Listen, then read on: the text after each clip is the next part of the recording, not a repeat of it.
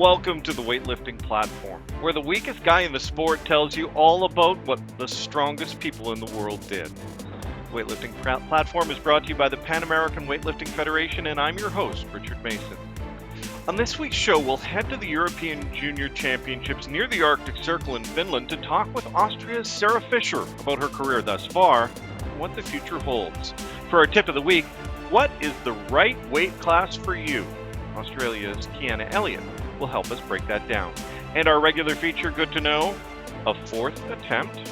But first, here are the headlines.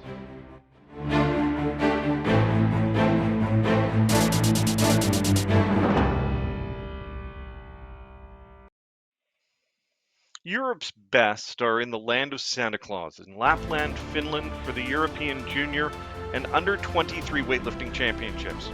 Rovaniemi is hosting over 400 athletes for 10 days of competition. It was also an opportunity for the board of the European Weightlifting Federation to meet. They received an update from their interim president, Maxim Agapitov, as well as words from their president, Hasan Akas, who stepped aside for a while contesting allegations surrounding positive tests when he was with the Turkish Weightlifting Federation.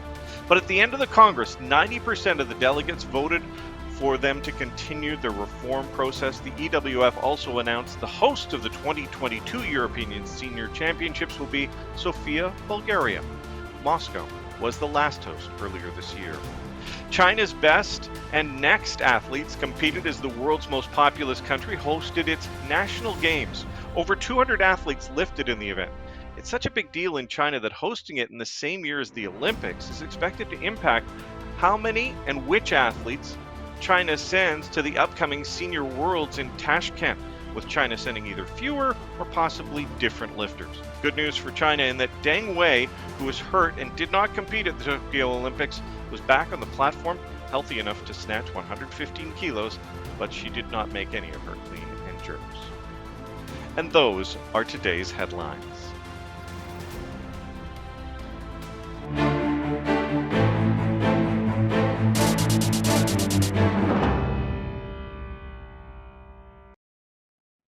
Now, good to know. The fourth attempt at the Congress for what we now know as the International Weightlifting Federation, way back in 1937, it was decided that if an athlete came within 5 kilograms of a world record, the athlete could request a fourth attempt to break that record. The fourth attempt was in place for 52 years, being eliminated in 1989. And that is good to know. Now, time to talk.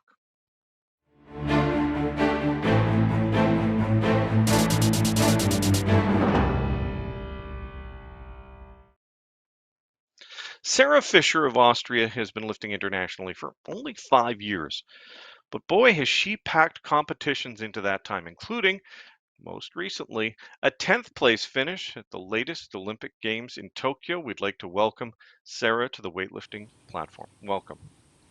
Hi. Now, let's start at the very beginning. Back in the day, how did you first get started in weightlifting? How did you find yourself with a bar in your hand for the very first time? With a bar in my hand, I was probably like 3 years old because of my grandpa, my dad, and my older brother.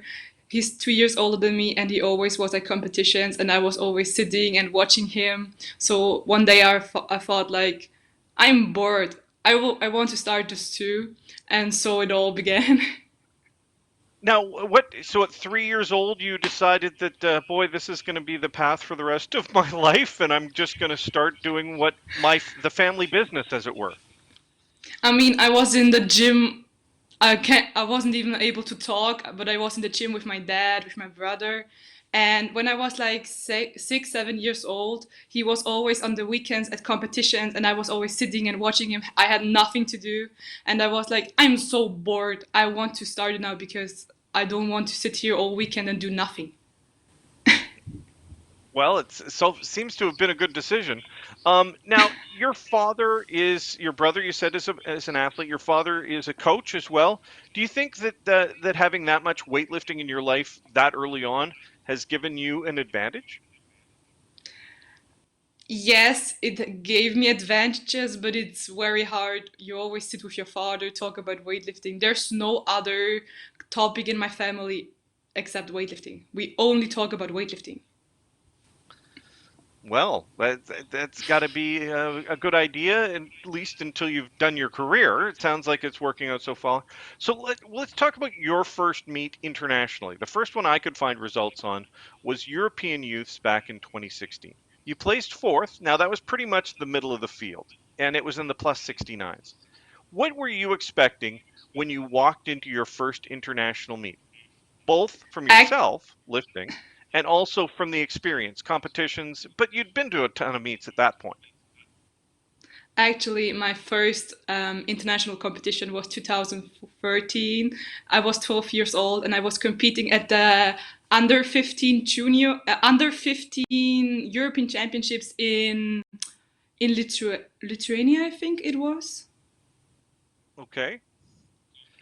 I was really young and I came fifth place, but I my medal I had a chance to take a medal there, but I was too heavy because at that time the rule with the body weight was still in the competition. So you're telling me that your first meet as a 12-year-old, at 12 Yep. year old, you didn't medal Yeah, I because you was were too 12. heavy. You were too Yeah. heavy as a 12-year-old to get the medal. Oh, Yep. that's weird. Now, what did you think of the first time that you got to compete? Was this something that just seemed natural to you because you grew up in the environment?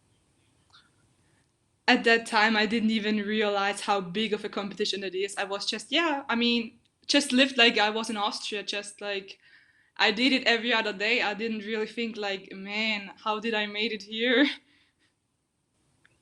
It just seemed natural. Now, your first IWF meet was in Bangkok, World Youth Championships. You got a silver. That Yep. again, amazing success early on.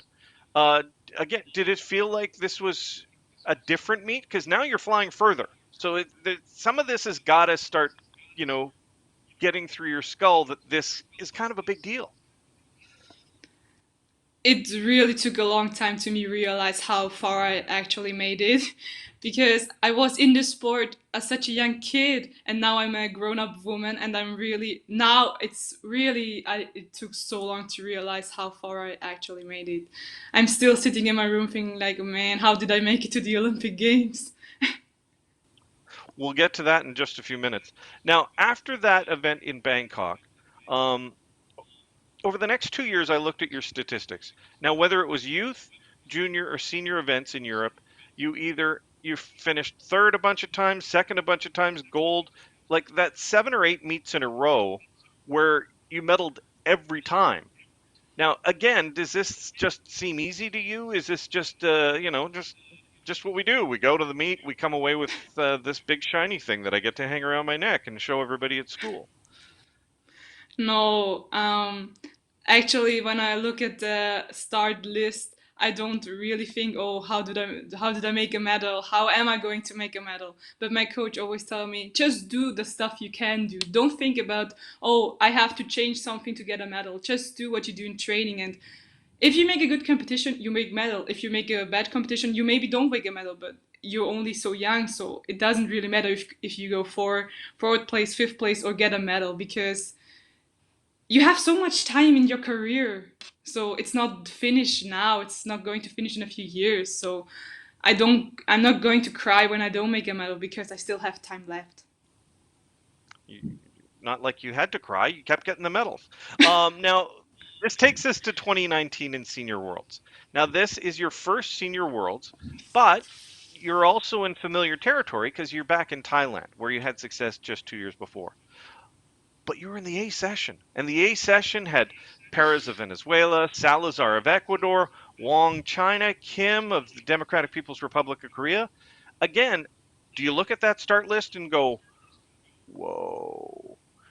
Was that intimidating to you at that point? It's at some point this has all got to get to you where you go, this is the big deal. When I first looked at the athletes who were going to compete with me, I was like, I'm not going to make it to the A group. I mean, look at these names. And then I don't know how, but I make it to the A group, and the whole week when I was there till my competition, I was like, I'm not nervous. I told my coach every day, like 5 times, I'm not nervous. And the moment I stepped on the platform, I was like, oh my God, what am I doing here? I don't know how to snatch anymore. I was so nervous. It was really the first time in my career I was like, I don't belong here. Well, you did. You totaled. You got what, 10th place, I think. You made 97. You missed Yeah. 102 twice. You missed 125, then made 125, and then missed 130. So 2 for 6. Nobody wants to go 2 for 6, but at least it was one good snatch and one good clean and jerk. You know, you can go 2 for 6 easily and not get a total. So that kind of worked out. Now, Yeah. a little while later at Senior Europeans in 2021, you totaled 222. You went 4 for 6, so a lot better than that 2 for 6. You got seventh in Moscow. Now, in your previous two Senior Europeans, you'd medaled. This is getting a little scary because we're getting close to Tokyo and you got seventh, but you lifted pretty much what you normally lift. Did that play with your mind at all, or was this just we go out, we do this, this is part of our prep for Tokyo, and it doesn't, and the numbers don't matter? No, actually, I really wanted to make a medal, but the preparation for the Europeans went so bad. I had a car accident in January. Then in February, my grandpa died. It was like I wasn't lifting for a good few weeks because my grandpa always was with me in training. He always was there to motivate me. And I was like, what am I even doing here without him? It didn't make sense for me anymore. So I needed time apart to really focus again. And now all I'm doing now is for him. The Olympics were for him because he couldn't experience it with me. So I really need. I did such a bad competition in my mind because I took before the competition. It was 1 month before the competition. I was like, should I compete? Should I left it out? But then I was like, if I don't compete, how am I going to make the Olympics? Then I could change. The Olympics were gone for me. So I said to my coach. He was like, do you want to compete? And I was like, not really, but I have to because the Olympics. And he was like, okay, we compete and we watch what we can do and just be grateful for where we lived. Okay, well that's first off, sorry to hear about your loss, but Thank that's you. a good story of perseverance, and now we know what motivates you on a going forward basis. Now, this one's weird for me because I was there and I don't really know what to think of the whole thing. And that's just my personal opinion. So, the last junior worlds you've got is Romania, but Romania is canceled. So, Yeah. as you aged out of juniors in the same year that COVID forced the cancellation of juniors in Romania, you get to lift still just past your junior age in Tashkent at the next juniors. First off, it's kind of an odd situation, but it wasn't a normal situation for you either there. What happened there for you? I knew to make. I had to clean and jerk 129, and I was injured with my back because if I don't make this lift, I can't go to the Olympic Games because an European girl, a Belgian girl, is before me in the ranking list, and I had to make such a high snatch after my miss at the 97. I was like, I have to go 102 because even if I can, I mean, I knew I could snatch 97. It doesn't matter. But even if I could, it wouldn't help me for the clean and jerk because my clean and jerk at that time was so bad. I didn't jerk for a good week because my back always hurt when I was about to clean, about to jerk, and I said, okay, let's do it, let's try it, and if it didn't work out, it doesn't work out, but at least I tried it. So I was like, yeah, now I'm not going to the Olympic Games. I cried the next 2 days in Tashkent in my hotel room, but yeah, Yeah, sometimes you win, we could sometimes you lose, I guess. now we could tell just when you were done there that there was a lot of emotions. Yeah. It was obvious to anybody who was in the room, and it was, you could tell that there was a lot of sadness there. But you did end up in Tokyo. Tell me how that happens. Now you've got the experience, you've been to your first Olympics. How did you get there? What did you think of it there, on and off the platform? I got the information to go to Tokyo about a month ago before my flight. Then I catch corona. I had corona like 2 weeks before I had my flight to the Olympics, and it wasn't even sure anymore if I can go because in Japan they need another count of your body. Something with corona, I don't know it. I don't want to stupid because it's something like that. And in Austria, there's a different. It's way lower than in Japan. And they told me I don't know if you can go to Japan. Maybe it's not working out. But my flight was on Friday, and on Thursday at 2 in the morning, I got the email from my other coach who was already in Tokyo, who told me you can go now. And I was like in the night packing my bags and rushed to the airport. So that Now, preparation didn't went well either. oh my goodness. Now, tell me about once you get there. It's your first Olympics. There's the village. There's the dining hall, which apparently is incredible. Plus, the hall is a beautiful place to lift, but there's no people. What was the Olympics like for you in Tokyo? It was the best experience in my life, and I want to do it like every 4 years. But it's crazy if you. I mean, I didn't really realize it when I was in Tokyo, but when I was flying home, I was like, I just met so many Olympic champions, and mostly you don't even recognize them when you go. Maybe you sit next to them in the dining hall, and you're like, I know you from somewhere, and you're like, that's Olympic champion. It's like a feeling of happiness, and it doesn't go away. It didn't go away for 2 weeks. I mean, it didn't. It's still in me. I'm so happy, and that feeling. It's so many people ask me describe it. You can't describe it if you don't really live it. You can't describe it. Well, fantastic. Thanks for taking the time. Now, what's next for you? You're obviously you're in Finland. You're there for the U23 and the junior championships for Europe. Are you lifting, or are you just out there to cheer everybody on? And if you're lifting, what are you expecting? Is it going to be a medal hanging around your neck? Of course, I'm lifting. I wouldn't be here if I'm not lifting. I'm lifting on Saturday, and of course, I'm hoping for a medal. Fantastic. And continuing on, Paris, Los Angeles, all the Paris meets? for sure Paris. And after Paris, we watch for what's next. Okay, wonderful. I appreciate you taking the time to talk to us. Best of luck in Finland and beyond. Stay with us. We're going on the clock next.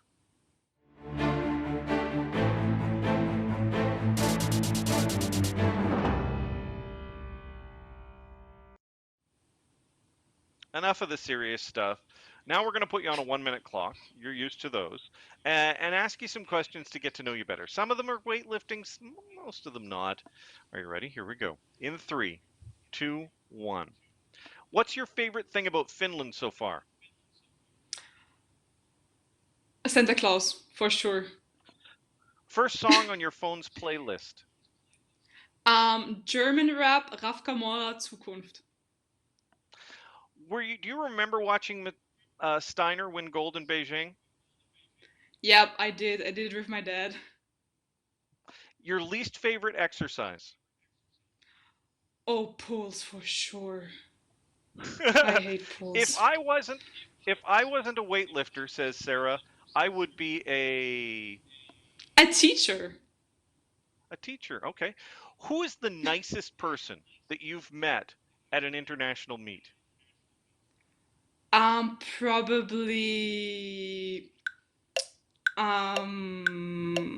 Lasha, I would say he's so nice. And how many times have you been announced as being from Australia?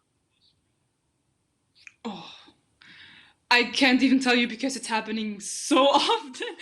Even at the Olympic Games, everybody was like, "You're from Australia, right?" And I was like, "Nope, we don't have kangaroos."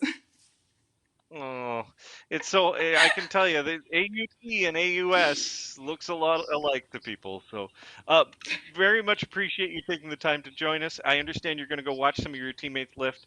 We'll let you get to that. Thank you very much, Sarah Fischer. Thank you. Now it's time for our tip of the week.